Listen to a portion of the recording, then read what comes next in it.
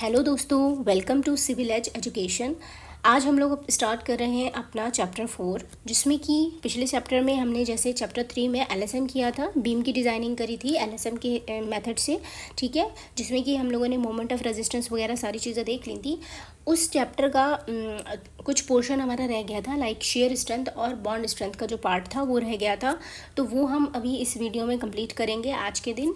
बाकी फिर नेक्स्ट जो कल की वीडियो आएगी, जो नेक्स्ट वीडियो आएगी, उसमें हम लोग फिर स्लैब स्टार्ट करेंगे अपना। ठीक है, सो आज हम अपना पूरा कंप्लीट बीम कंप्लीट कर लेंगे।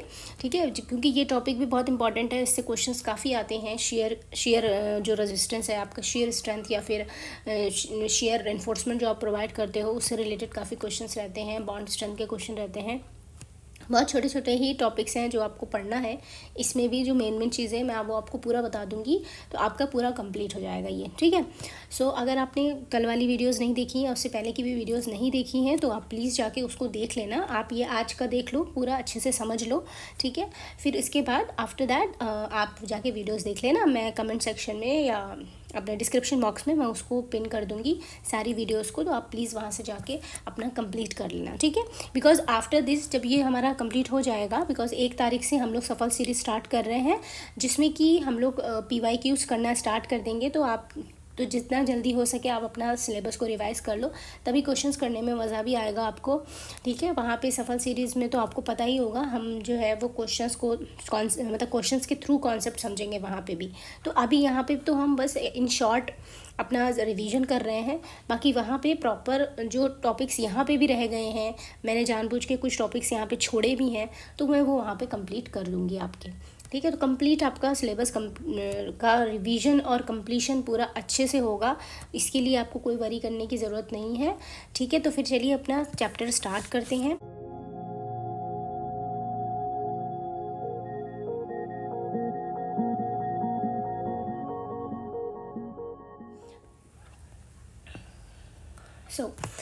आज पढ़ेंगे हम लोग share and bond strength. So share and bond strength में सबसे पहले आप देखो हमें ये पता है कि आरसीसी में हमारी क्या होती है ना, 2 चीज़ें ही होती हैं। ठीक है, 2 चीज़ें होती हैं जिन पे हमारा पूरा आरसीसी है, फ्लेक्सर, ठीक है, एंड कंप्रेशन। इसी में ही हमें सारी चीज़ें अपनी पूरा जो आरसीसी है वो इसी के अंदर आ जाता है। ठीक है, फ्लेक्सर, जब हम फ्लेक्सर को कंसिडर करते हैं आरसीसी में, फ्लेक्सर मीन्स बेंडिंग। ठीक है, तो जब फ्लेक्सर को कंसिडर करते हैं तो हम जितना भी पढ़ रहे हैं, अपना बीम हो गया, स्लैब हो गया, ठीक है, रिटेनिंग वॉल हो गया, एनीथिंग, ये सब फ्लेक्सर के अंदर आ जाता है। और कंप्रेशन में क्या आ जाता है, हमारा कॉलम आ जाता है। ठीक है, तो नाउ आप यहाँ देखो डेफिनेशन शेयर। ठीक है, यहाँ कह रहा है कि it is define as strength of reinforced concrete section to resist failure in bending.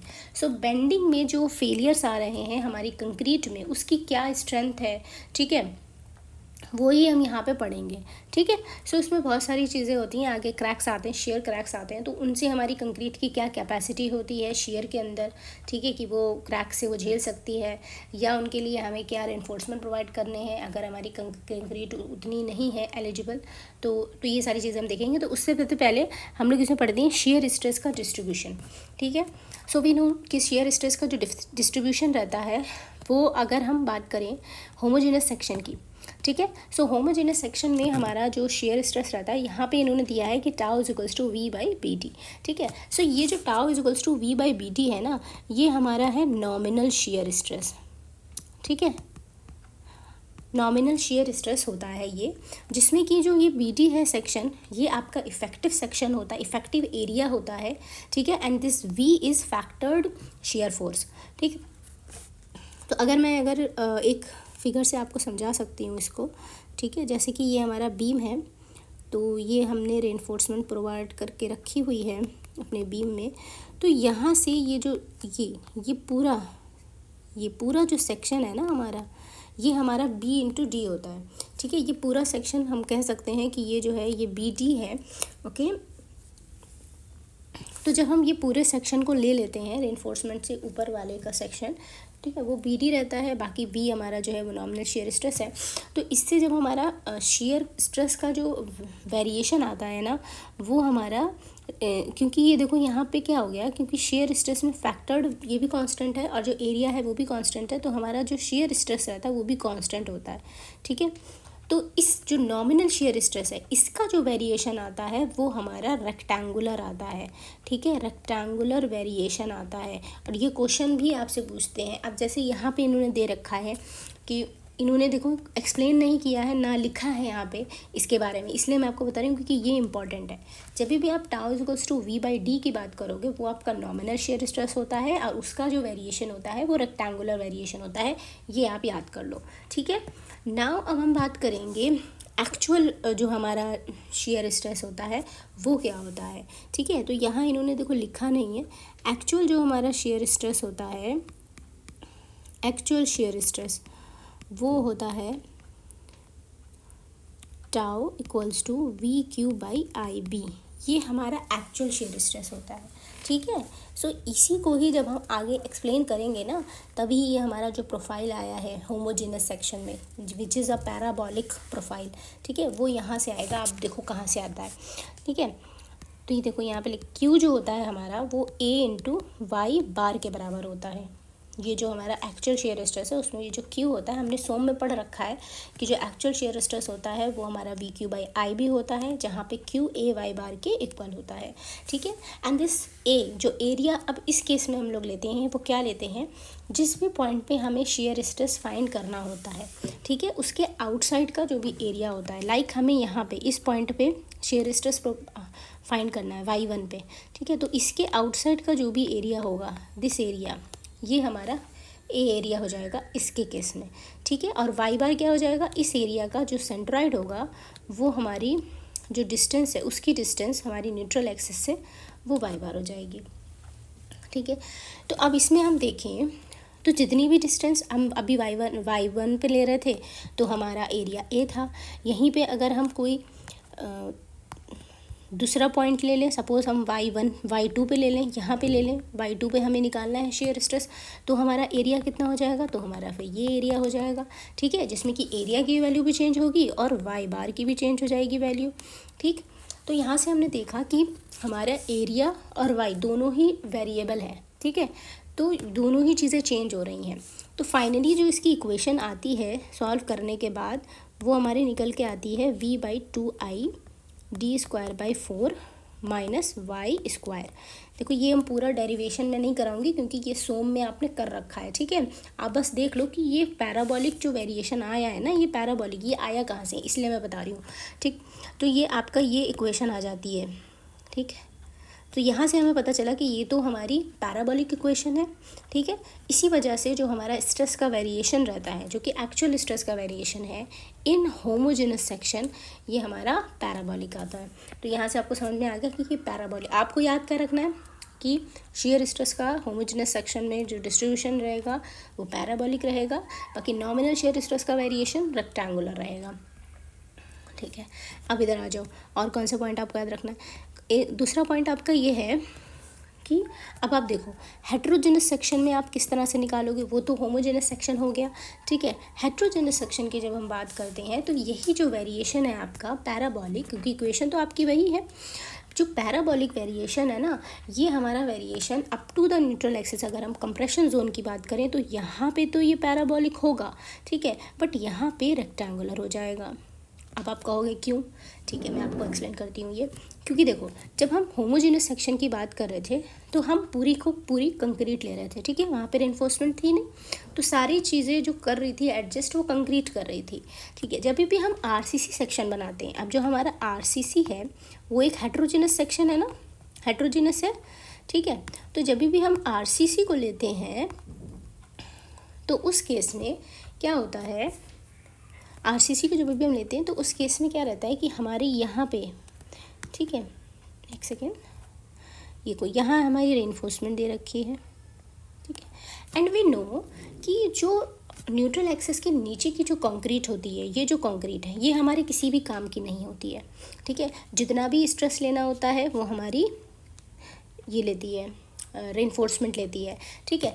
इसी वजह से जब भी हम इसके नीचे, जब भी हम अपना न्यूट्रल एक्सिस के नीचे इंटेंशन जोन, जब भी हम एरिया फाइंड आउट करेंगे, जैसे कि ऊपर हमने देखा कि एरिया निकाल लेते तो हमारी कंक्रीट का अलग अलग एरिया आ रहा था, ठीक है। बट जब भी हम यहाँ लेंगे, जैसे कि मैं आपको करके दिखाऊँ तो सपोज़ मुझे किसी इस पॉइंट पे हमें यहाँ से इस वाई पॉइंट पे निकालना है अपना शेयर स्ट्रेस, ठीक है। तो मैंने कहा कि भाई इसके आउटसाइड का एरिया ले लूँगी, तो ये एरिया ले लिया, ठीक है। बट एरिया हमारा कंक्रीट का तो किसी काम का नहीं है, तो मैं एरिया किसका लूँगी, सिर्फ और सिर्फ रेनफोर्समेंट का, ठीक है। तो और अगर मैं चलो इस एरिया की ना बात करूँ, मैंने सपोज वाई डिस्टेंस पे कोई निकाला, तो अभी भी मैं एरिया किसका लूँगी, अपनी रेनफोर्समेंट का। तो टेंशन जोन में मैं चाहे किसी भी डिस्टेंस पे निकालूँ, मैं एरिया किसका लूँगी, मेरे लिए इफ़ेक्टिव एरिया क्या है, मेरी रेनफोर्समेंट का एरिया, ठीक है। इसी वजह से यहाँ पे क्योंकि एरिया कांस्टेंट है, एरिया में कोई वेरिएशन नहीं हो रहा है, इसी वजह से ये जो पोर्शन है बिलो द न्यूट्रल एक्सिस, ठीक है, ये मेरा क्या आ गया है, ठीक है, ये वेरिएशन मेरा आया है रेक्टेंगुलर, ठीक है। तो ये पता होना चाहिए कि हेट्रोजेनस सेक्शन में कंप्रेशन जोन में शेयर का वेरिएशन पैराबोलिक रहता है and in the tension zone it is rectangular, ठीक है। नाउ सी, जो बात मैं ऊपर कर रही थी वही बात यहाँ पे देखो, nominal shear stress tau V is equals to V by B D है, यहाँ पे इन्होंने बोल दिया है। बाकी अगर आप इक्विवेलेंट शेयर इन टॉर्जन की बात करो कि अगर बीम पे टॉर्जन भी आ रहा है उसको भी कंसिडर करेंगे, तो उस केस में इक्विवेलेंट शेयर क्या होगा, तो उस केस में ये फार्मूला होता है इक्विवेलेंट शेयर का, ये याद कर लो, कभी कभी डायरेक्ट क्वेश्चन पूछता है, ठीक है, कि इन टॉर्जन इक्विवेलेंट शेयर क्या होगा। तो ये होता है, ये आपका होता है v + 1.6 into T by B, where T जो होता है वो आपका टॉर्जनल मोमेंट होता है, ठीक है, ये टॉर्जनल मोमेंट होता है, और बी तो आपकी विड्थ रहती है। तो यहाँ से आप इक्विवेलेंट शेयर निकाल लेते हो, ठीक है। नाउ सी, आप देखो यहाँ पे diagonal tension and diagonal compression, ठीक। अब ये आपको कैसे समझ में आएगा diagonal tension and diagonal compression, इसको जब आप समझोगे कि कंक्रीट में शियर जब आया वो कैसे आया, उसकी वजह से हुआ क्या, कैसे क्रैक्स पड़े, ठीक है, तो ये वहाँ पे हम एक्सप्लेन कर देंगे आपको। अभी आप देखो ये फिर मुझे लग रहा है करना ही पड़ेगा, उससे पहले हम लोग ये देख लेते हैं, ठीक है। तो जब भी वो तो था हो गया कि हम जब क्रैक्स आ गए तो हम रेनफोर्समेंट प्रोवाइड कर देंगे, ठीक है। यहाँ पे देखो जो शेयर रेनफोर्समेंट होते हैं उनके लिए जो कुछ चीज़ें होती हैं वो आप पहले पढ़ लो, उसके बाद मैं वो एक्सप्लेन कर दूँगी आपको, ठीक है। तो यहाँ पे देखो नॉमिनल शेयर होता है, पहले हम लोग नॉमिनल शेयर निकाल लेते हैं, ठीक है। आफ्टर दैट ये जो टाउसी है ना, this is the share resistance capacity of concrete की कुछ ना कुछ शेयर कैपेसिटी तो होती ही है, ठीक है। वो कैपेसिटी क्या होती है, वो दो चीज़ों पे डिपेंड करती है, ठीक है। एक होती है एरिया ऑफ कंक्रीट और एक होता है percentage of main tension reinforcement, ठीक है। जो हम लोग PT% निकालते थे LSM में पढ़ा है, ये जो PT% था ये हमारा इस पे डिपेंड करेगा या फिर कंक्रीट का जो, not the area of concrete, ये गलत है, यहाँ पे ग्रेड ऑफ कंक्रीट होता है, ठीक है। सो ये ग्रेड ऑफ कंक्रीट पे और इस पे, ये दो चीज़ों पे डिपेंड करता है हमारा टाउसी की वैल्यू, ठीक है। सो टाउसी अब ये कैसे करता है, अब मैं थोड़ा सा एक्सप्लेन कर देती हूँ इसको मैं थोड़ा सा आपको एक्सप्लेन कर देती हूँ तो आपके माइंड में बैठ जाएगी ये चीज़। जैसे कि ये हमारा कोई कैंटिलीवर बीम है, ठीक है। अब इसके ऊपर मैंने ये लोड लगाया, ठीक, ये लोड लगाया। अब ये इस लोड की वजह से ये क्या करेगा, इस लोड की वजह से ये जो पोर्शन है मेरा, ये जो पोर्शन है अगर मैं इसको ऐसे करूँ तो ये पोर्शन कहीं ना कहीं ऐसे नीचे जाने की कोशिश करेगा, ठीक है, नीचे जाएगा। तो जिसको जो मेरी कंक्रीट है यहाँ पे जो मेरी कंक्रीट है, यहाँ पे जो कंक्रीट है, ठीक है, वो इसको इस पोर्शन को नीचे जाने से रोकेगी, ठीक है। दिस पोर्शन को नीचे जाने से, इस लोड की वजह से जब ये नीचे जाएगा स्लाइड करेगा तो उसको रोकेगी, ठीक है। तो इसी वजह से ये हमारी ग्रेड ऑफ कंक्रीट पर डिपेंड करता है, ठीक है। और ऐसे ही अगर यहाँ पे रेनफोर्समेंट है, ठीक है, कोई रेनफोर्समेंट है और मैं अगर कोई यहाँ पे लोड लगाऊँ तो मेरे जो भी हमारा पोर्शन है उसको नीचे जाने से कौन रोकेगा, हमारी रेनफोर्समेंट रोकेगी। तो इस वजह से ये दो चीज़ें हैं, इस पर डिपेंड करता है ये। तो जब भी हम टाउसी फाइंड आउट करते हैं तो हमारे कोड में जो है वो टेबल दे रखी है, वहाँ से हम लोग टाउसी की वैल्यू फाइंड आउट कर लेंगे। एंड वी नो कि परसेंटेज ऑफ मेन रेनफोर्समेंट हमारी क्या होती है, ये देखो AST अपॉन BT इंटू 100, ठीक है। तो यहाँ पे इन्होंने एक्सप्लेन भी किया हुआ है कि AST बढ़ेगा तो हमारा शेयर स्ट्रेंथ जो शेयर रेजिस्टिंग कैपेसिटी है वो बढ़ेगी, ग्रेड बढ़ाओगे तो भी हमारी दोनों चीज़ें बढ़ेंगी, ठीक है। तो इसको ना कोड में IS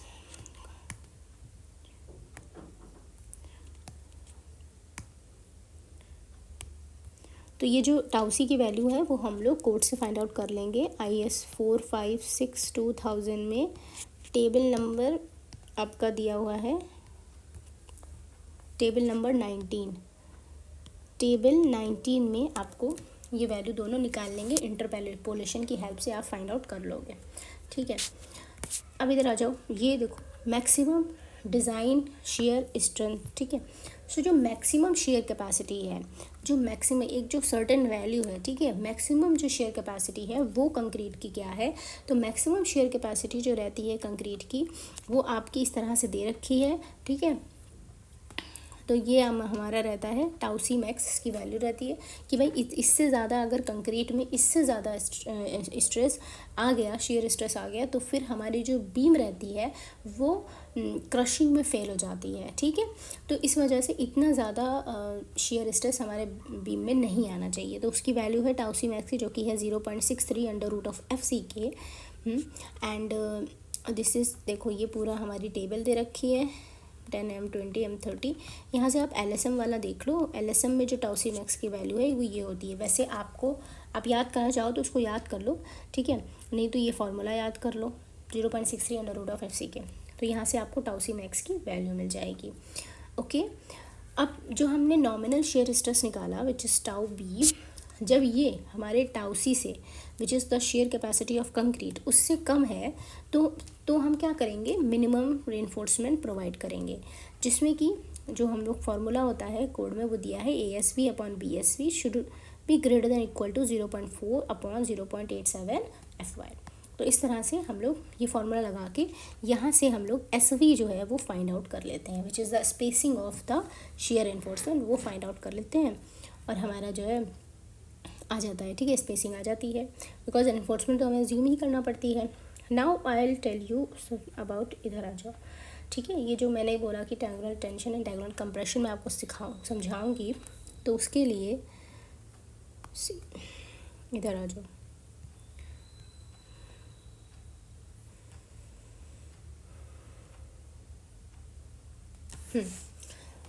तो यहाँ पे देखिए, जब भी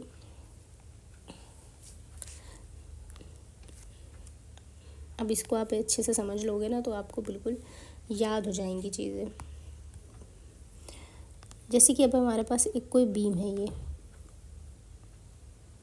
ठीक है, ये हमने माना कि हमारे पास ये एक सिंपली सपोर्टेड बीम है, ठीक है। अब इसका अगर मैं शेयर फोर्स बनाऊं, शेयर फोर्स डायग्राम बनाऊं, तो मैं कैसे बनाऊंगी इसका शेयर फोर्स डायग्राम, ये कुछ इस तरह से रहेगा, ठीक है।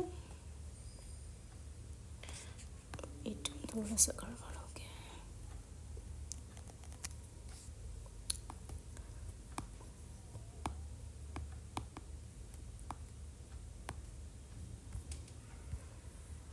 है। तो इसका शेयर स्ट्रेस डायग्राम जो बनेगा,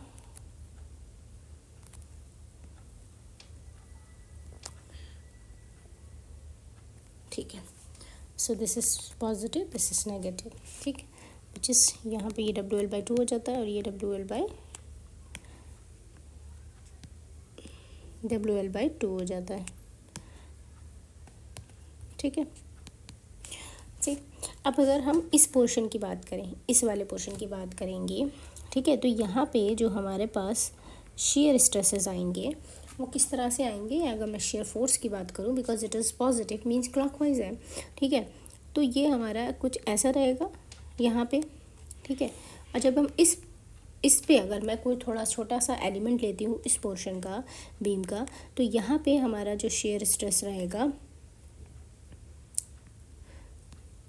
this will be like this, तो ये हो जाएगा। अब मैं क्या करूँगी, मैं ये इस पोर्शन को ही ले लेती हूँ, एक पोर्शन को मैं कंसिडर करती हूँ, ठीक है। जब मैंने ये पोर्शन कंसिडर किया, दिस पोर्शन, ठीक है, यहाँ पे टाउ लग रहा है, यहाँ पे टाउ लग रहा है, ठीक है, ये मैंने कंसिडर कर लिया, ओके।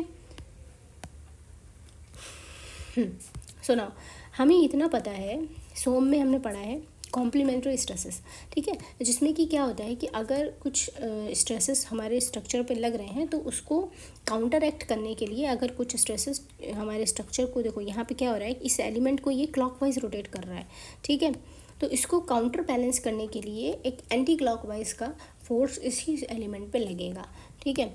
तो अकॉर्डिंग टू द सोम यहाँ पे एक एंटी क्लॉकवाइज डायरेक्शन में फोर्स एक्ट करेगा, ठीक है, इक्वल वैल्यू का। तो अगर हम देखें तो इसकी वजह से क्या होगा, इन स्ट्रेसेस की वजह से क्या होगा, दिस टू, ये और ये, इन दोनों की वजह से क्या होगा कि ये जो हमारा एलिमेंट है उसमें क्या होगा, टेंशन आएगा, ठीक है। ये हमारी ये इधर को जाना चाहेगा और ये पोर्शन इधर जाना चाहेगा, ठीक है। सुनाओ इसको, ये किस तरह से बिहेव करेगा, ये कुछ इस टाइप से बिहेव करेगा।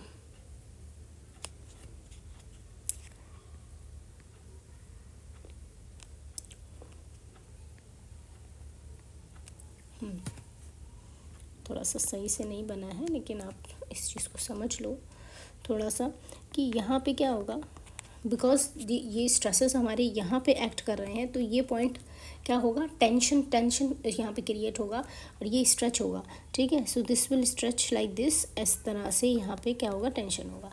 और इसकी वजह से जब ये स्ट्रेसेस, ये जो हैं, जो हमारे टेंसाइल स्ट्रेसेस हैं, इनको हम लोग, इसको बोलते हैं हम लोग डायगोनल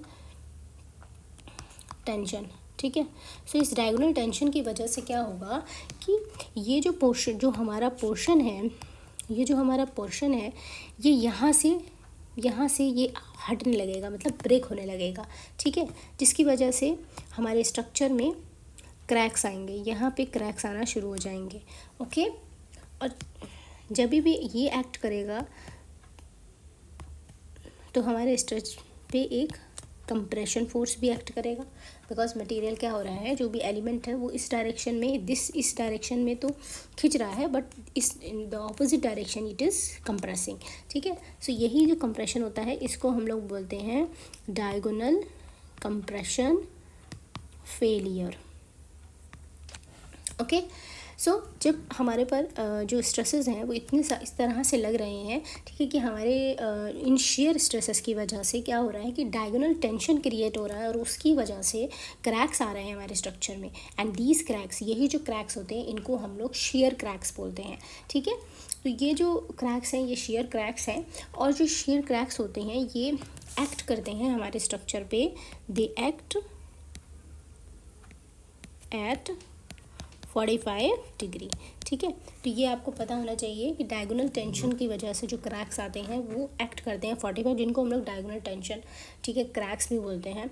तो ये हमारे 45 डिग्री पे एक्ट करते हैं, ठीक है। और इन क्रैक्स को ही कॉन्टरैक्ट करने के लिए हम यहाँ पे क्या करेंगे, हमें रेनफोर्समेंट प्रोवाइड करनी पड़ती है, और यही रेनफोर्समेंट हम जो प्रोवाइड करते हैं, रेनफोर्समेंट ये जो प्रोवाइड करें, इसी को हम लोग बोलते हैं स्टरअप्स, ठीक है। और ये रेनफोर्समेंट हमारी शेयर रेनफोर्समेंट कहलाई जाती है। अब इसको जो है 2-3 तरीके से हम प्रोवाइड कर सकते हैं, या तो हम वर्टिकल फॉर्म में प्रोवाइड करें, इंक्लाइंड में प्रोवाइड करें, या फिर बेंट अप बार के फॉर्म में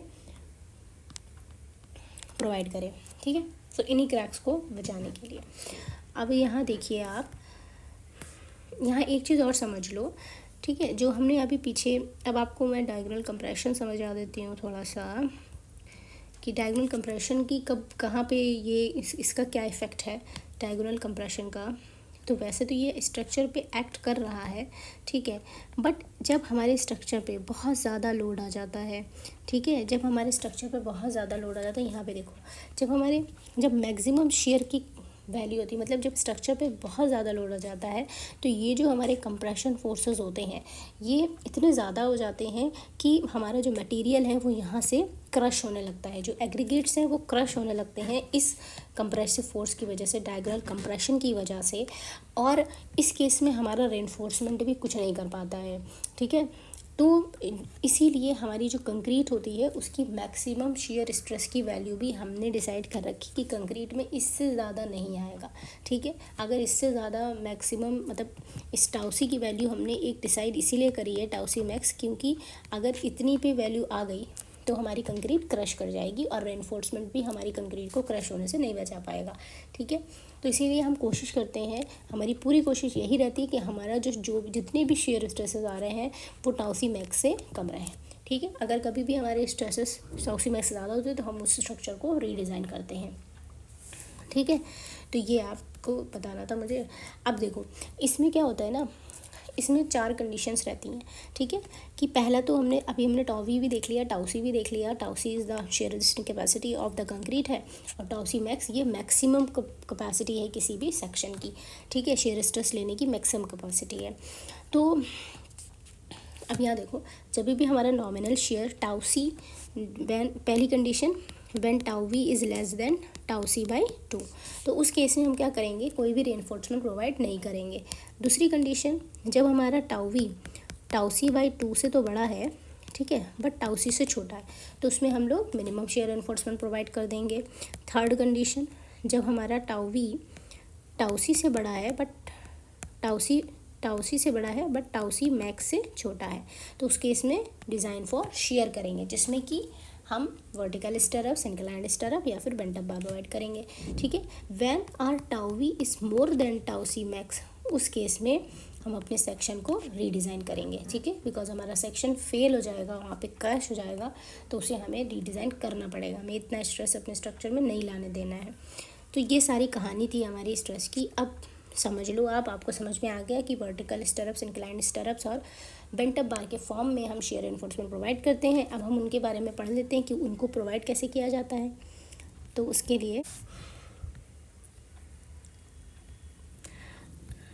आई होप आपको सब समझ में आ गया ना, किस तरह से रेनफोर्समेंट आई, क्या क्रैक आए, अब वो क्रैक को कैटर करने के लिए हमें रेनफोर्समेंट देनी है। तो अब यहाँ समझ में आपको बहुत अच्छे से आ गया, क्योंकि हमारे जो क्रैक्स थे स्ट्रक्चर में, जो क्रैक्स आ रहे थे वो ऐसे करके they are come at 45 degree. तो इन्हीं को कॉन्ट्रैक्ट करने के लिए हम या तो वर्टिकल स्टरअप्स प्रोवाइड करेंगे या इंक्लाइन करेंगे। तो वर्टिकल जब स्टरअप्स प्रोवाइड करेंगे लाइक दिस, इस फॉर्म में हमने स्टरअप्स प्रोवाइड करनी है। ठीक है, तो उनको किस तरह से प्रोवाइड करेंगे, उनका डाया ऑफ द स्टरअप हम 6 to 12 mm ले लेंगे। उसमें कुछ नहीं होता, हम एक डाया कंसिडर कर लेंगे और ये देख लेंगे कि वो 1 लेग्ड है या 2 लेग्ड है।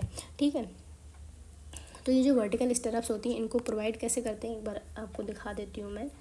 यहाँ पे देखो, दिस वन, ये हमारी मेन रेनफोर्समेंट है, this is our main longitudinal reinforcement. So ये हमारी वर्टिकल स्टरअप है। ठीक है, ये जो है ये वर्टिकल स्टरअप्स हमने प्रोवाइड करी हैं बीम में, जिसमें कि जो इसका वर्टिकल लेग होता है, ठीक है, ये लेग और ये लेग, यही हमारी काम की होती है। ठीक है, यही क्रैक्स को होने से बचाएगी, क्रैक्स ना होने से बचाएगी। ठीक है, जो हॉरिजॉन्टल लेग होती है उसका कोई भी यूज़ नहीं होता इसमें। ठीक है, इसीलिए ये जितनी भी लेग्स होती हैं, like this is 1 and this is 2, इसीलिए इसको हम लोग बोलते हैं 2 लेग्ड। ओके, सो जब भी हम वर्टिकल एनफोर्समेंट अगर हम डिज़ाइन कर रहे हैं तो 6 से 12 mm के बीच में हम कोई भी डाया ले लेंगे।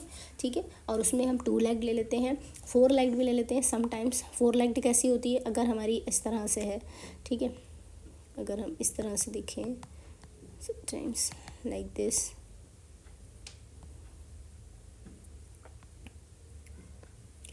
ठीक है, ये देखो, तो 1 2 3 and 4, तो ये हो गया 4 लेग्ड। ओके, तो यहाँ हम क्या करते हैं कि हमने 6 और 12 mm में, लाइक फॉर एग्ज़ाम्पल हमने क्या कंसिडर कर लिया कि हमने कोई 6 mm का डाया कंसिडर किया, कि हमने माना कि 6 mm dia bar of 2 legged. ठीक है, 2 लेग्ड डाया बार हमने कंसिडर कर लिया। ठीक है, तो इसका हम क्या करेंगे, एरिया निकाल लेंगे, और एरिया निकालने के बाद हमें निकाल लेना है एसवी। मेन हमारा काम होता है एसवी निकालने का, विच इज़ स्पेसिंग, कि उनको प्रोवाइड कहाँ पे करोगे आप। ठीक है, तो इस तरह से देता। अब वो एसवी का जो फार्मूला है वो हम यहाँ अभी देख लेते हैं कि क्या होता है।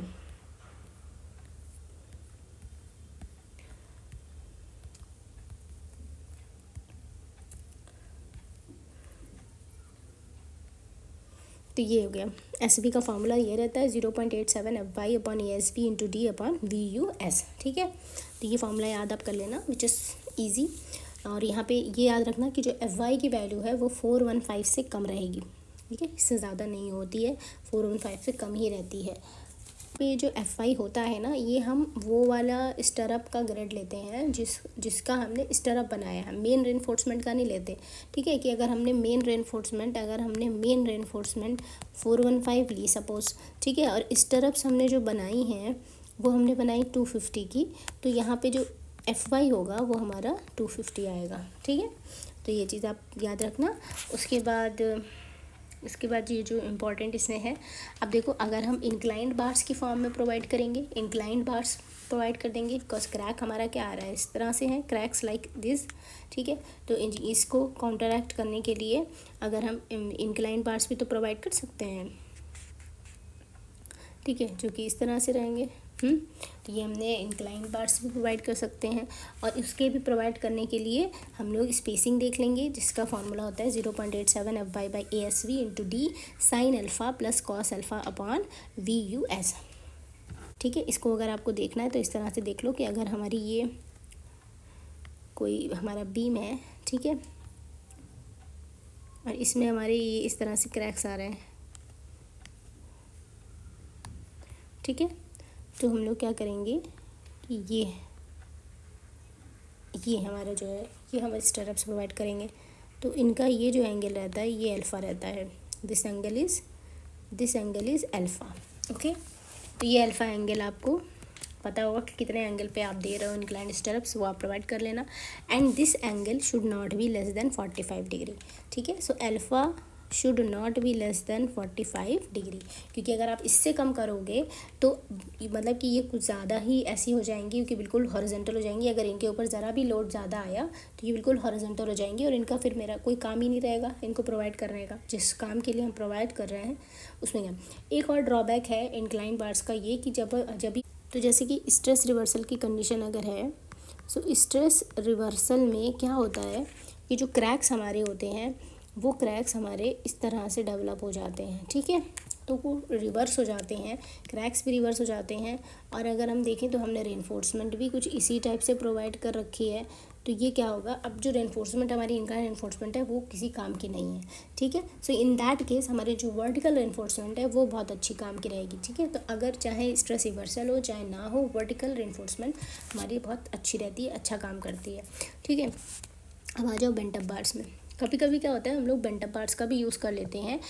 जो हमारी मेन जो बार है, ठीक है, जो मेन हमारी लॉन्गिट्यूडनल बार होती है उसी को हम बेंड कर देते हैं एट दी कॉर्नर्स। ठीक है, सपोर्ट्स पे हम लोग वहाँ पे बेंड कर देते हैं, और उसी वजह से हमारी बेंट अप बार्स आ जाती हैं। और बेंट अप बार्स देखो, इसका फॉर्मूला है 0.87 FY/ASB इंटू साइन अल्फ़ा। ठीक, तो लाइक अगर मैं एक्सप्लेन कर दूँ थोड़ा सा आपको।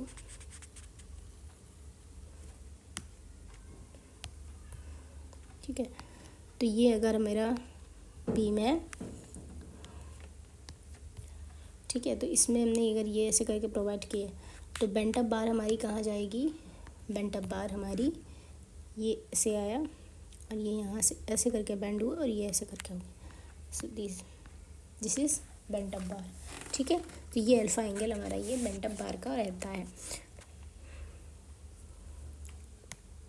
अब देखो इसमें कुछ पॉइंट्स हैं जो कह रहे हैं कि 500 ग्रेड स्टील जो है वो यूज़ नहीं करी जाती शेयर एनफोर्समेंट में।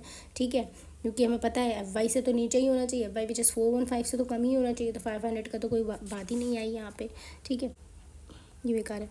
अब आप ये देखो, ये है combined system of share enforcement. ठीक है, अगर हम दोनों ही ले लें, ठीक है, कि हमारा जो टोटल शेयर फोर्स है वो है shear force by inclined stirrups plus shear force taken by the vertical stirrup.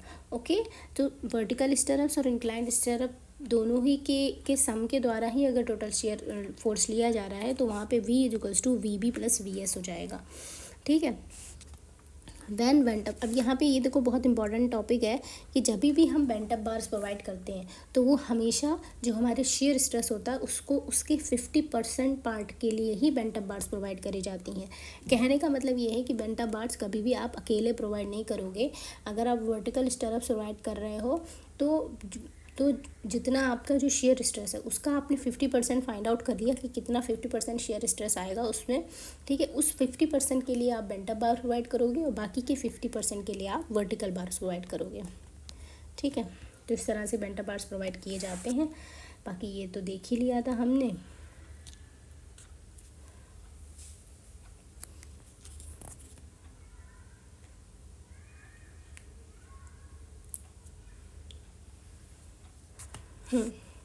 अभी जैसे हमने देखा कि हम लोग मिनिमम रेनफोर्समेंट प्रोवाइड करते हैं, तो मिनिमम रेनफोर्समेंट क्यों प्रोवाइड करते हैं, तो यहाँ पे देख लो आप कि जब हमारा कब हम प्रोवाइड करते हैं, when the tau V is less than tau C by 2। जब हमारा nominal shear tau V by tau C by 2 से भी कम होता है तो हम लोग मिनिमम रेनफोर्समेंट प्रोवाइड कर देते हैं। क्यों कर देते हैं? To prevent bursting of concrete cover, concrete cover हमारा बस्ट ना कर जाए, ब्रिटल शेयर फेलियर ना आ जाए, ताकि जो हमारे रेनफोर्समेंट है उनको अपने ही वो प्लेस में करके रख सके। To prevent brittle shear failure due to shrinkage, internal crack, thermal stress, ये हो गया। सो वही सब चीज़ों को जो मैंने आपको टेबल के फॉर्म में बताया, यहाँ पे भी टेबल के फॉर्म में बता के इन्होंने फाइनलाइज कर दिया है। ठीक है, अब जो स्पेसिंग रहती है शेयर रेनफोर्समेंट की, वो किस तरह से रहती है? देखो, वर्टिकल स्टरप्स के लिए जो मिनिमम आपकी है, मिनिमम जो स्पेसिंग है वो मिनिमम 0.75 डी फॉर वर्टिकल स्टरप रहता है। ठीक है, इंक्लाइंड स्टरप के लिए आप डी लोगे, खाली डी लोगे और 300 mm ले लोगे। ठीक है, ये स्पेसिंग है। बाकी यहाँ पे आपने एस वी निकाल लिया, which is 2.175 FY ASV by बी। दो सक्सेसिव स्टरप्स के बीच की जो स्पेसिंग होती है वो 100 mm से कम नहीं होना चाहिए। ठीक है, it should not be less then 100 mm।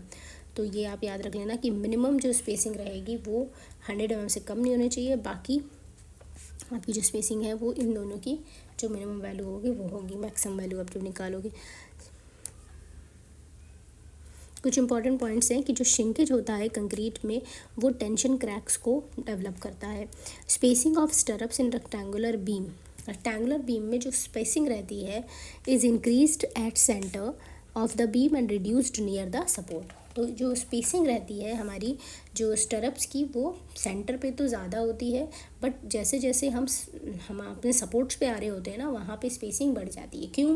क्योंकि सपोर्ट्स पे शेयर स्ट्रेसेस आ रहे होते हैं। ठीक है, अभी हमने देखा कि जब भी हम बेंडिंग मोमेंट डायग्राम की बात करेंगे तो बेंडिंग मोमेंट डायग्राम हमारा, अगर हमने कोई यूडीएल ले रखा है, ठीक है, तो किसी यूडीएल के लिए हमारा बेंडिंग मोमेंट डायग्राम ये रहता है। ठीक है, WL²/8 यहाँ पे रहता है सेंटर में ऊपर। तो यहाँ पे देखो एंड्स पे यहाँ पे बेंडिंग मोमेंट हमारा जो है वो 0 है, बट इसी का अगर हम शेयर स्ट्रेस डायग्राम बनाएंगे तो ये कुछ ऐसा, शेयर स्ट्रेस हमारे एंड्स पे क्या है, मैक्सिमम है। ठीक है, तो इसी वजह से हम शेयर स्ट्रेस के लिए ही स्टरप्स प्रोवाइड करते हैं। तो हमारे एंड्स पे शेयर स्ट्रेस ज़्यादा होते हैं, इसलिए हम लोग स्पेसिंग कम रखते हैं वहाँ पे, ताकि ज़्यादा वहाँ पे स्टरप्स आएँ, शेयर स्ट्रेसेस को अच्छे से ले पाएँ। और सेंटर पे उतनी ज़रूरत ही नहीं होती, कम होती है, वहाँ पे भी क्रैक्स आते हैं लेकिन उतनी ज़रूरत नहीं होती, तो इस वजह से सेंटर पे कम रखते हैं।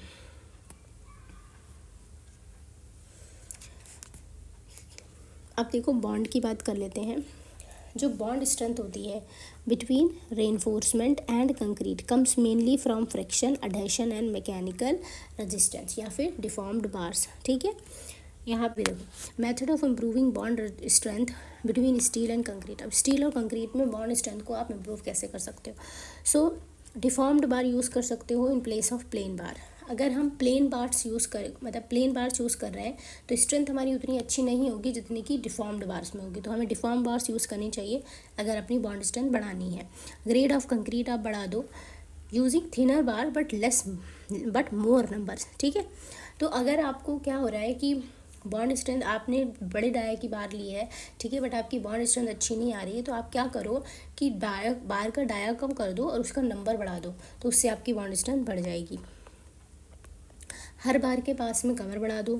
ठीक है, स्टैंडर्ड हुक, बैंड्स और एनकरेज प्रोवाइड करने से भी हमारी स्ट्रेंथ, जो हमारी बॉन्ड स्ट्रेंथ है वो बढ़ती है। Increasing the roughness of the bar, अगर बार की जितनी अच्छी रफनेस होगी वो उतना अच्छा बॉन्ड बनाएगी। ठीक है, और कंप्रेशन, अगर जो हमारी कंक्रीट है उसका कॉम्पैक्शन बढ़ाएंगे तभी भी हमारी बॉन्ड की स्ट्रेंथ बढ़ती है। तो ये कुछ पॉइंट है। बाकी टाइप्स ऑफ बॉन्ड की बात करेंगे तो नॉमिनल और डायरेक्ट बॉन्ड और एनकरेज बॉन्ड, तो दो तरीके के होते हैं। ठीक है, एक हम लोग पढ़ते हैं एनकरेज बॉन्ड, ठीक है, और एक दूसरा जो हम लोग पढ़ते हैं वो होता है फ्लेक्सर बॉन्ड। ठीक है, तो पहला एनकरेज बॉन्ड, दूसरा फ्लेक्सर बॉन्ड। एनकरेज बॉन्ड को हम लोग नॉमिनल और डायरेक्ट बॉन्ड भी बोलते हैं, एंड फ्लेक्सर बॉन्ड को लोकल बॉन्ड, बॉन्ड स्ट्रेस या फिर फ्लेक्सर बॉन्ड स्ट्रेस भी कहा जाता है इसको। तो सबसे पहले हम लोग पढ़ लेते हैं नॉमिनल और डायरेक्ट बॉन्ड या फिर एनकरेज बॉन्ड। ठीक है। So when sufficient length of steel embedded in concrete to resist the pull और push force and increases bond strength, ठीक है, उसको हम लोग बोलते हैं डायरेक्ट बॉन्ड। तो यहाँ पे डायरेक्ट बॉन्ड बन जाता है या फिर हमारे पास एनकरेज बॉन्ड स्ट्रेंथ आ जाती है हमारी, ठीक है। यहाँ से ही डेवलपमेंट लेंथ का कॉन्सेप्ट आया है आपका। तो इसको एक बार समझ लो, बॉन्ड होता क्या है, किस तरह से बॉन्ड आता है। बॉन्ड की बात करें अगर हम,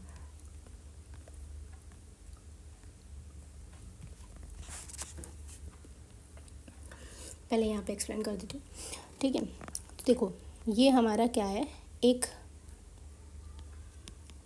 हमने माना कि एक बीम है, ठीक है। यहाँ पे उस बीम का हमने एक पोर्शन मान लिया, ठीक है, सपोर्ट वाला, और यहाँ पे ये बार है लगी हुई, ठीक है, ये मेरी बार है।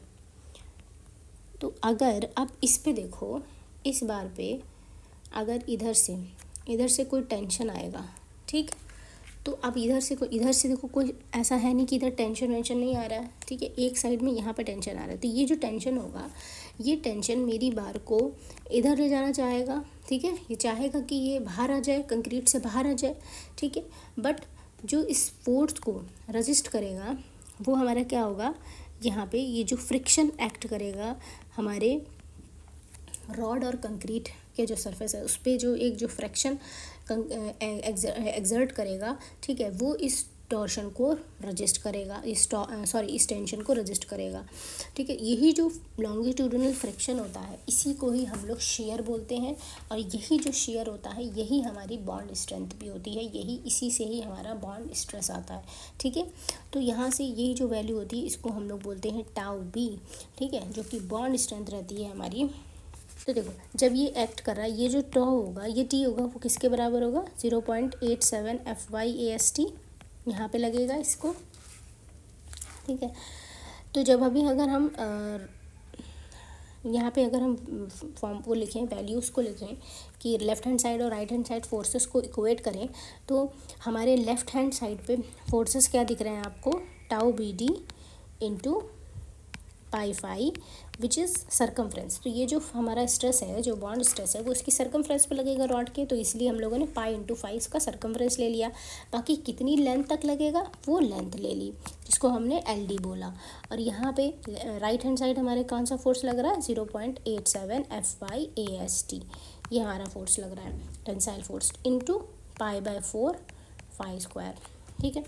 तो यहाँ से हमारा जो है LD की वैल्यू आ जाएगी, जो कि आएगी 0.87 FY/4 टाउ BD, ठीक है। तो ये हमारा फॉर्मूला निकल के आ जाता है LD का, ठीक है। तो दिस LD इज कॉल्ड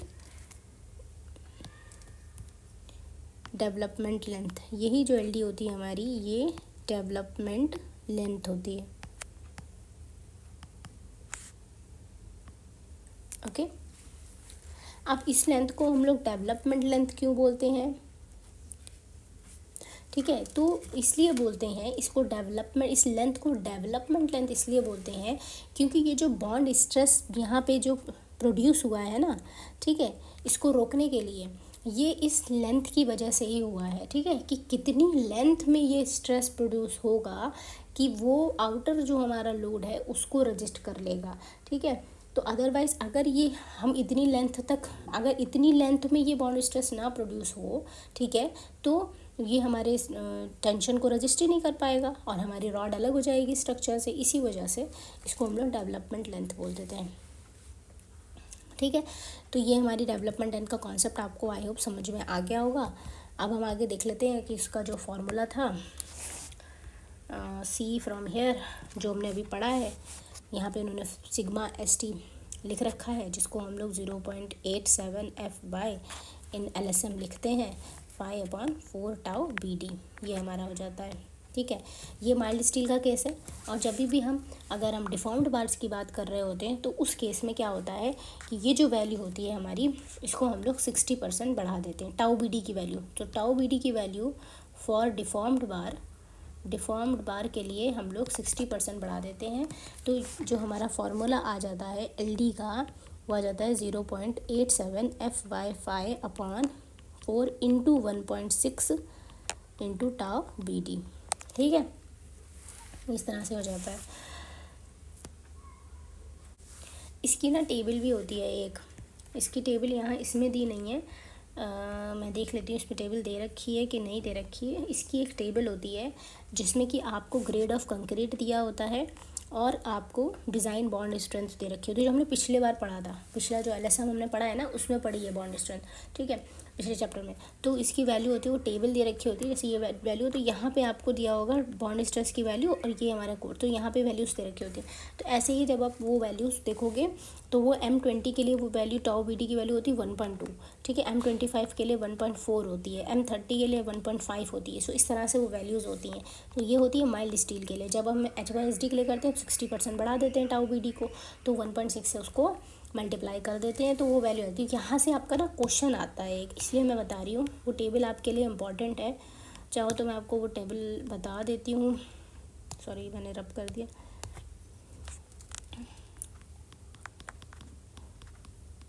ठीक है, तो मैं आपको वो टेबल बना के दे देती हूँ यहाँ पे।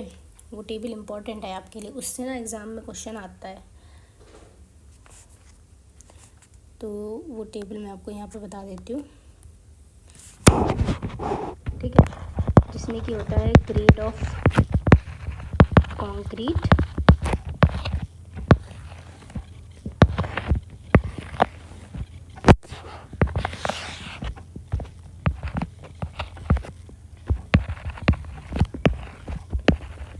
इस पे क्वेश्चन काफ़ी बार आया हुआ है। डायरेक्टली बॉन्ड स्ट्रेस को क्वेश्चन पूछेगा आपसे कि जो बॉन्ड स्ट्रेंथ है वो आपको इतना इतना बॉन्ड स्ट्रेस दिया हुआ है।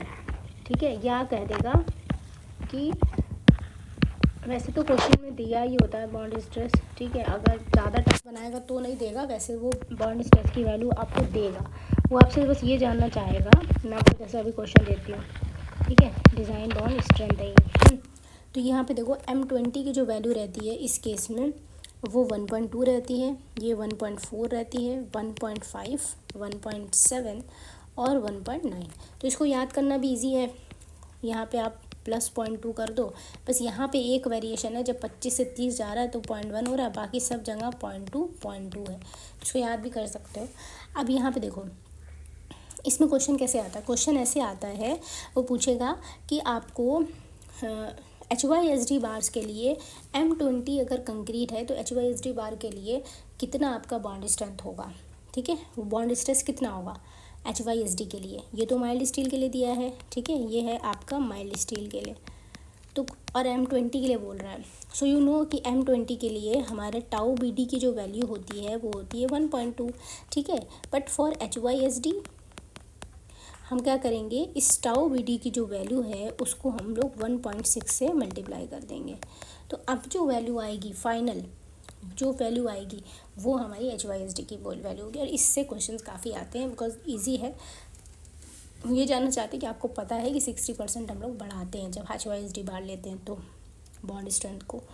ठीक है, सो नाउ और इसी में ही एक पॉइंट और होता है। ठीक है, कि अगर ये तो हम टेंशन बार्स की बात कर रहे हैं कि टेंशन में अगर हमारी बार है, जब उसके ऊपर टेंशन फोर्स लग रहा है, टेंशन में अगर बार है तो इस तरह से आएगा बॉन्ड स्ट्रेंथ। और वही अगर कंप्रेशन का केस है, ठीक है, कंप्रेशन का केस अगर है, कंप्रेशन में तो ये जो वैल्यू होती है टाउ बी डी की, ये 25% तक बढ़ जाती है। ठीक है, तो उस केस में क्या होगा, अगर हमारा टाउ बी डी उन्होंने कहा कि 1.2 दिया है, तो कंप्रेशन में टाउ बी डी कितना होगा, तो कंप्रेशन के लिए टाउ बी डी हो जाएगा 1.25 टाइम्स ऑफ 1.2। इस तरह से क्वेश्चन आ सकता है आपके पास। ठीक है, अब मे बी कभी कभी दोनों को भी दे सकते हैं कि HYSD बार है और कंप्रेशन का केस है, अब बताओ M20 के लिए कितनी होगी टाउ बी डी की वैल्यू। तो आप क्या करोगे उस केस में, क्या करोगे उस केस में आप 1.25 और 1.6 दोनों से मल्टीप्लाई करोगे और जो भी आंसर आएगा वो आपका आंसर हो जाएगा। ठीक, अब हम लोग आगे देख लेते हैं आगे क्या है बचा हुआ हमारा। मोस्टली तो मैंने करा दिए हैं।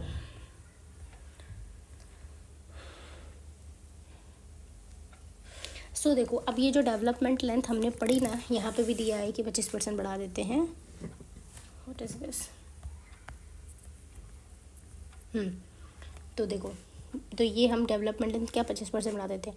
बाकी जो हमारी डेवलपमेंट लेंथ है, ठीक है, डेवलपमेंट लेंथ की जो जर्नल वैल्यू, मतलब टेंशन में जो वैल्यू, जो हमने टेंशन में निकाली थी value, which is this 0.87 F/5/4 tau B D, ये जो वैल्यू है it should not be, so L D should not be less than 12.5। हमारी डेवलपमेंट लेंथ 12.5 से जो है वो ज़्यादा कम नहीं होना चाहिए। और वही चीज़ जब हम कंप्रेशन में बात करें जिसमें कि हम 25% बढ़ा रहे हैं, तो इस केस में ये जो एल डी की वैल्यू है it should not be less then 24.5। Okay, तो ये याद कर लेना।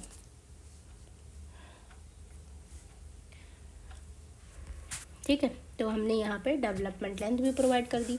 अब ये देखो, प्रोवाइड करने से पहले इसको थोड़ा सा चेक भी किया जाता है, ठीक है, कि ये हमारा फ्लेक्चर में जो फ्लेक्चरल बॉन्ड है उसके लिए हम थोड़ा सा चेक तो करेंगे ना कि वो वैल्यू हमारी सही आ रही है कि नहीं। तो इसके लिए कुछ थोड़े से फार्मूलाज दिए गए हैं जिनको अगर इसने फुलफ़िल कर दिया तो हम उतनी ही लेंथ प्रोवाइड कर देंगे। ठीक है, तो जैसे कि यहाँ पे देखो दिया है कि जो एल डी की वैल्यू है हमारी, वो relation between development length and resisting moment at any beam section. So किसी भी बीम सेक्शन में अगर हम डेवलपमेंट लेंथ और उसका मोमेंट है उसमें रिलेशन होता है m1/v का। ठीक है, तो यहाँ पे m1 जो होता है वो हमारे पास ये मोमेंट ऑफ रेजिस्टेंस रहता है। ठीक है, इसको हम लोग अपना नॉमिनल शेयर से डिवाइड करेंगे तो हमारी डेवलपमेंट लेंथ आ जाती है। ठीक है, तो जो डेवलपमेंट लेंथ है वो m1/v से कम रहनी चाहिए। बट अगर फ्लेक्चर का केस है तो उस केस में m1/v प्लस L0 से कम रहनी चाहिए, जहाँ पे ये जो L0 होता है ये हमारी एनकरेज लेंथ होती है हुक की वजह से। हुक की वजह से जो एनकरेज लेंथ होती है ये वो होती है जो कि D या फिर 12.5 से में से जो भी मैक्सिमम वैल्यू होगी वो रहती है ये। ठीक है, अब इधर आ जाओ। बाकी दूसरा है कि due to over safety of simply supported beam. Simply supported beam में अगर यही बात है, डेवलपमेंट लेंथ अगर आप सिंपली सपोर्टेड बीम में प्रोवाइड कर रहे हो तो उस केस में आप क्या करोगे, 30% जो है वो बढ़ा दोगे। ठीक है, तो हम उसमें 30% आते तो इसलिए यहाँ पे 1.3 m1/v प्लस L0 ये हो जाएगा। तो यहाँ से एल डी अपनी चेक कर लेना कि इसको पास कर रहा है कि नहीं। ठीक है, उस हिसाब से आप एल डी प्रोवाइड कर दोगे। तो ये भी थी हमारी डेवलपमेंट लेंथ की बात, जो कि था एनकरेज बॉन्ड जो हमने पढ़ा। ठीक है, बाकी फ्लेक्चर बॉन्ड की बात करेंगे तो फ्लेक्चर बॉन्ड जो होता है, फ्लेक्चर बॉन्ड को अगर आपको समझना है तो हम इसको इस तरह समझा देते हैं, या फिर इसको हम लोग फ्लेक्चरल बॉन्ड स्ट्रेंथ भी बोलते हैं। ठीक है, तो इस तरह से अगर हमारा कोई बीम है, ओके, तो कोई बीम है, अगर हम यहाँ पे देखो बेंडिंग में सिंपली सपोर्टेड की बात करेंगे तो यहाँ पे हमारा जो ये हमारा बेंडिंग मोमेंट डायग्राम रहता है। ठीक है, इसकी अगर हम कोई एक सेक्शन ले लिया हमने डी एक्स का सेक्शन ले लिया तो उसके इस सेक्शन में m रहेगी वैल्यू, इधर रहेगी m प्लस डी एम। ठीक है, इधर रहेगी m plus D M. I hope आपको सब दिख रहा होगा, m प्लस डी एम रहेगी इसकी वैल्यू। तो वही सेक्शन अगर हम यहाँ पे देखें, ठीक है, कि यहाँ रेनफोर्समेंट प्रोवाइड हुई है, सो इधर हमारा m लग रहा है, इधर m प्लस डी एम लग रहा है। ठीक है, और अगर तो फिर इस m की वजह से इस बेंडिंग मोमेंट, क्योंकि बेंडिंग मोमेंट इक्वल नहीं है, ठीक है, चेंज हो रहा है। ठीक है, तो उसमें क्या होगा, तो फिर जो फोर्सेस होंगे वो भी अलग अलग आएंगे, इधर हमारा टी आएगा और इधर हमारा टी प्लस डी टी आएगा। ठीक है, तो अब एक साइड पे इस डिफरेंस की वजह से किसी एक साइड पे स्ट्रेसेस ज़्यादा आ जाएंगे, तो उसकी वजह से हमारा जो मटेरियल है या जो भी हमारा रॉड है वो खिंचने लगेगा। ठीक है, वो उसी डायरेक्शन में, ठीक है, डिफॉर्म होने लगेगा। तो उसको रोकने के लिए हमारा जो रॉड है उसके ऊपर कुछ स्ट्रेसेस डेवलप होंगे, जो कि हमारे ये बॉन्ड स्ट्रेसेस होते हैं, ये हमारे बॉन्ड स्ट्रेसेस डेवलप होंगे उस बॉडी पे। ठीक है, उस पोर्शन में। तो अब इसको भी हम वैसे ही कर लेते हैं। इसको हमने कैसे किया, अब आप देखो कि हमें पता है कि जो m होता है वो होता है हमारे पास t इंटू जेड। जेड हमारा लीवर आर्म हो गया। ठीक है, जेड हमारा क्या है, लीवर आर्म है। तो ऐसे ही हम लोग m प्लस डी एम को क्या लिख सकते हैं, m plus D M is equals to T plus D T into Z. Okay,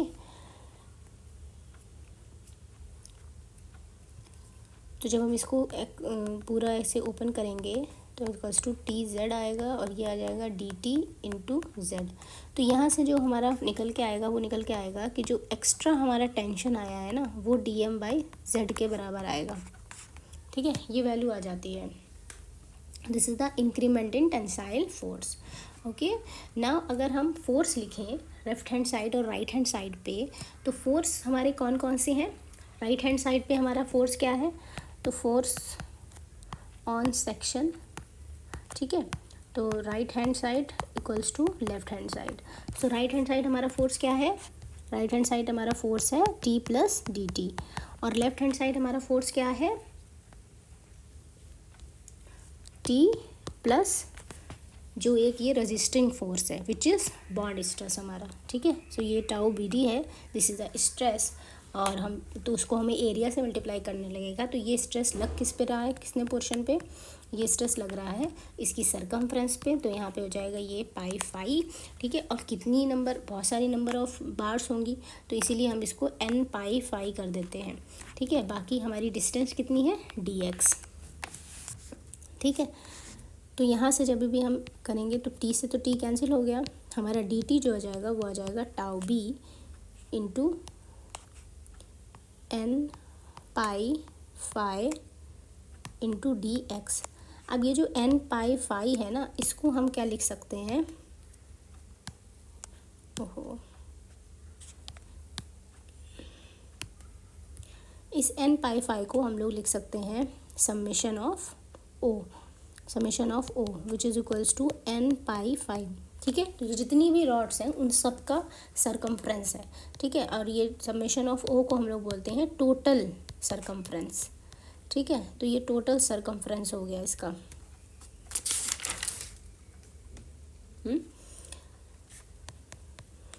तो यहाँ से जब हम इसको सॉल्व करेंगे तो हमारे टाउ B की जो वैल्यू आएगी वो आ जाएगी V/Z इंटू समेशन ओ। तो जो फाइनल वैल्यू आएगी वो ये आएगी टाउ B की, विच इज़ ये हमारी है बॉन्ड स्ट्रेस, ठीक है। This is a bond stress. तो ये वैल्यू हमारी इतनी आ जाएगी according to flexural bond stress. So this is flexural bond stress, ठीक है। और जब हम लोगों ने एंकरेज किया तो एंकरेज में तो आपने देख ही लिया कि जब when we are finding about the anchoring, तो उसमें हम क्या करते हैं? डेवलपमेंट लेंथ निकाल लेते हैं, ठीक है। तो ये इस तरह से रहेगा। बाकी अब इसमें क्या बचता है वो देख लेते हैं। अब इसमें बचता है सिर्फ और सिर्फ हमारा कर्टेलमेंट। तो कर्टेलमेंट पढ़ लेते हैं एक बार।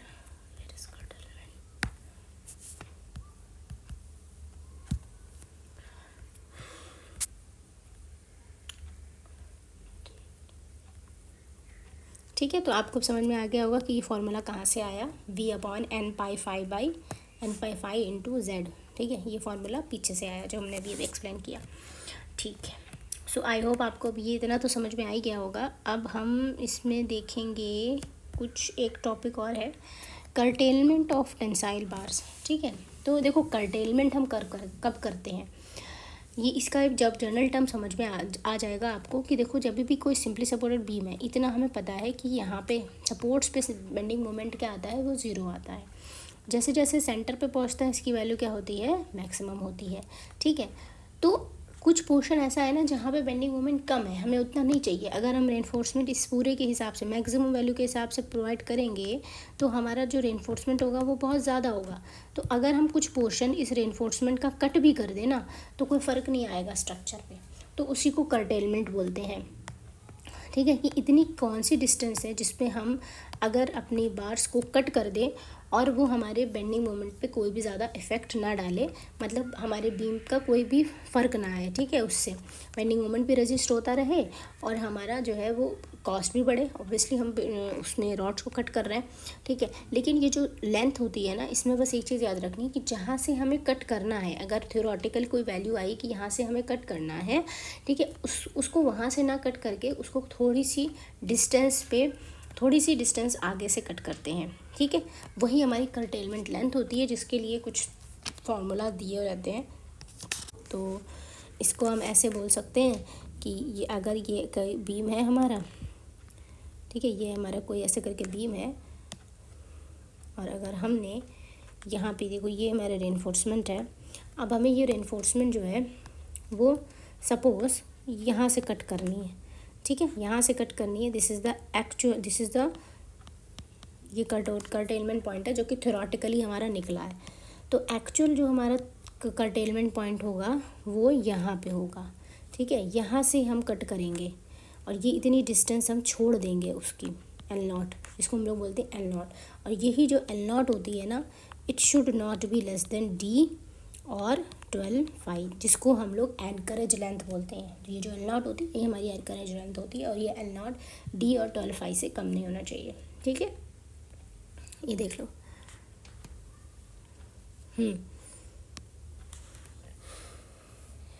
अब आ जाओ लैप लेंथ की बात करें। So lap length it is defined as the overlapping length of two reinforcing wire thereby ensuring safe and sufficient transfer of load from one bar to another. तो जब अभी हम दो बार्स को overlap करते हैं, ठीक है, तो जितनी डिस्टेंस में हम वो ओवरलैपिंग करते हैं वही हमारी लैपिंग होती है, उसी को हम लोग लैप लेंथ बोलते हैं। ठीक है, ये हम लोग ओवरलैपिंग करते इसलिए हैं कि हम अच्छी सेफ्टी और एफिशिएंटली लोड को ट्रांसफ़र कर सकें, सेफली और एफिशिएंटली। ठीक है, कि समटाइम्स क्या होता है कि जो हमारी डेवलपमेंट लेंथ होती है ना, उसको हम पूरा सीधा सीधा नहीं प्रोवाइड कर पाते हैं। ठीक है, कि हम उसको हॉरिजॉन्टली पूरा प्रोवाइड कर दें, उसके लिए फिर हमें क्या करना पड़ता है, उसको बेंड करना पड़ता है। ठीक है, या तो हम कोई हुक बना के उसको बेंड कर देते हैं, या फिर कोई बेंड दे देते हैं 90 डिग्री का। जब भी हम उस डेवलपमेंट लेंथ को हम 90 डिग्री का बेंड देते हैं, तो ये जो यहाँ पर की ये जो इसकी एनकरेज लेंथ होती है, यहाँ से लेके यहाँ तक, ठीक है, इसकी जो वैल्यू होती है 90 डिग्री बेंड के लिए, ये वैल्यू हमारे पास 8 पाई हो जाती है। ठीक है, और इसी को अगर हम पूरा हुक बना देंगे तो उस फॉर्म में इसकी जो वैल्यू हो जाती है वो हो जाती है 16 पाई। ठीक है, मतलब कि 180 डिग्री का अगर हमने बेंड किया तो 180 डिग्री में हमारे पास एनकरेज लेंथ जो हो जाएगी वो 16 पाई हो जाएगी। ठीक है, और ये जो डिस्टेंस रहती है ये हमारे पास 4 पाई रहती है। तो ये इस तरह से 4 पाई वैल्यू हो जाती है। बाकी लैप लेंथ इन टेंशन ये कुछ वैल्यूज दे रखी हैं कि लैप लेंथ अगर आप प्रोवाइड करें तो किस तरह से प्रोवाइड, उसकी वैल्यू कितनी होगी। तो फ्लेक्सर टेंशन में अगर आप लैप लेंथ प्रोवाइड कर रहे हो तो ये LD और 35, ठीक है, इसमें से जो भी बड़ा होगा वो उसकी वैल्यू उतनी रहेगी। Direct tension which ever is more, जब डायरेक्ट टेंशन में करोगे तो या तो 2LD या फिर 35, इससे जो होगी वो आप प्रोवाइड कर दोगे। Straight lapping length of the reinforcing bar must be, तो अगर आप स्ट्रेट लैपिंग कर रहे हो तो उस केस में 200 या फिर 15 पाई, इसमें से जो भी बड़ा रहेगा उतनी आप लैप लेंथ प्रोवाइड करोगे। ठीक है, कंप्रेशन के केस में LD और 24/5 से जो भी बड़ी वैल्यू होगी वो हो जाएगी। ठीक है, ओके, तो ये सारी चीज़ें आपकी हो गई, जो भी इम्पॉर्टेंट आपकी चीज़ें थी, जो भी इम्पोर्टेंट पॉइंट्स थे मैंने सारे आपको बता दिए। बाकी इसमें और कुछ इम्पोर्टेंट तो है नहीं, जो हम पढ़ चुके हैं वो सारी चीज़ें इसमें दी हुई हैं। ठीक है, हाँ एक चीज़ और है, एक क्वेश्चन आपसे पूछा जा सकता है कि जो डेवलपमेंट लेंथ रहती है आपकी वो LD 250 मतलब माइल्ड स्टील और LD HYSD बार मीन्स अगर हम 415 ले लें तो इसमें से डेवलपमेंट लेंथ किसकी ज़्यादा होगी, 415 की ज़्यादा होगी या फिर 250 की ज़्यादा होगी। तो अगर इन जनरल देखो तो आप तो ये कह दोगे कि भाई इसकी स्ट्रेंथ अच्छी खासी होती है तो हम 415 की तो डेवलपमेंट कम देंगे, 20 की ज़्यादा देंगे, LD 250 की डेवलपमेंट हमें ज़्यादा देनी पड़ेगी। बट इन एक्चुअल ऐसा होता नहीं है, क्योंकि देखो LD का जो फार्मूला है हमारा वो है 0.87 FY अपॉन, दूसरा पेन मैं यूज़ कर लेती हूँ, मे बी इसको ये दिख नहीं रहा होगा शायद आपको, दूसरा पेन यूज़ कर लेती हूँ। ये पॉइंट एक्सप्लेन करना ज़रूरी है बिकॉज क्वेश्चन आ सकता है इससे। तो LD सॉरी तो जो LD का फार्मूला है वो है 0.87 FY upon 4 tau BT। Okay, ये फार्मूला है ना आपका, ठीक है। और HYSD के लिए अगर हम निकालें तो LD, ये था माइल्ड के लिए, HYSD के लिए जो हमारा LD का फार्मूला हो जाएगा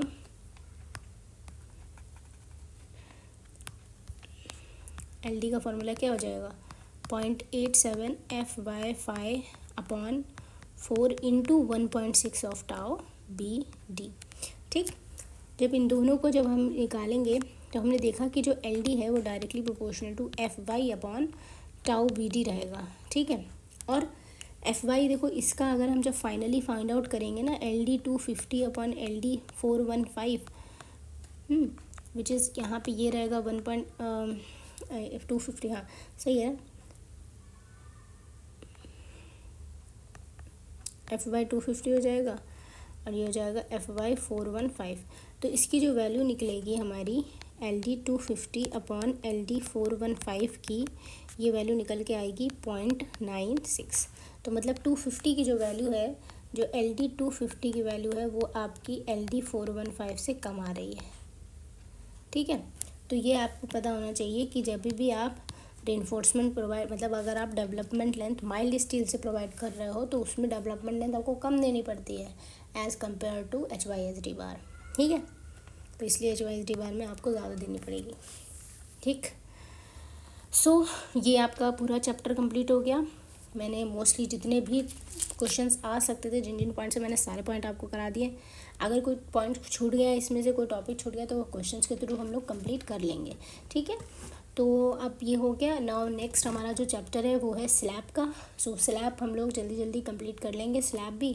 तो आई थिंक बस फिर हमारे 2-3 और लेक्चर रहेंगे, उसमें हम कंप्लीट कर लेंगे अपना सिलेबस। और बाकी हम फर्स्ट से अपना स्टार्ट कर ही रहे हैं टॉपिक वाइज PYQs जो हम करेंगे सफल सीरीज़ के, तो वो हम स्टार्ट करें, तो वो आप ज़रूर ज्वाइन करिएगा उसमें प्लीज़। एंड आई होप आपको ये अच्छा लगा होगा लेक्चर। और अगर आपको अच्छा लगा तो प्लीज़ इसको लाइक करिए, हमारे वीडियो को लाइक करिए, तो लोगों से शेयर करिए, ताकि हमें मोटिवेशन मिले, हम और वीडियोस बनाएं अच्छी आपके लिए, अच्छे से अच्छा कंटेंट लेके आएँ, कॉन्सेप्ट आपको बहुत अच्छे से समझाएं जो आज तक नहीं समझ आए हैं, बहुत ईजी लैंग्वेज में। हम कोशिश करते हैं कि हम इतनी ईजी लैंग्वेज में आपको समझाएं ताकि आपको समझ में आ जाए सिविल इंजीनियरिंग के सारे कॉन्सेप्ट। ठीक है, तो आप प्लीज़ हमें अप्रिशिएट करें, हमारे चैनल को सब्सक्राइब करें, वीडियो को लाइक करें। तो फिर मिलते हैं आपको नेक्स्ट वीडियो में। Thank you so much.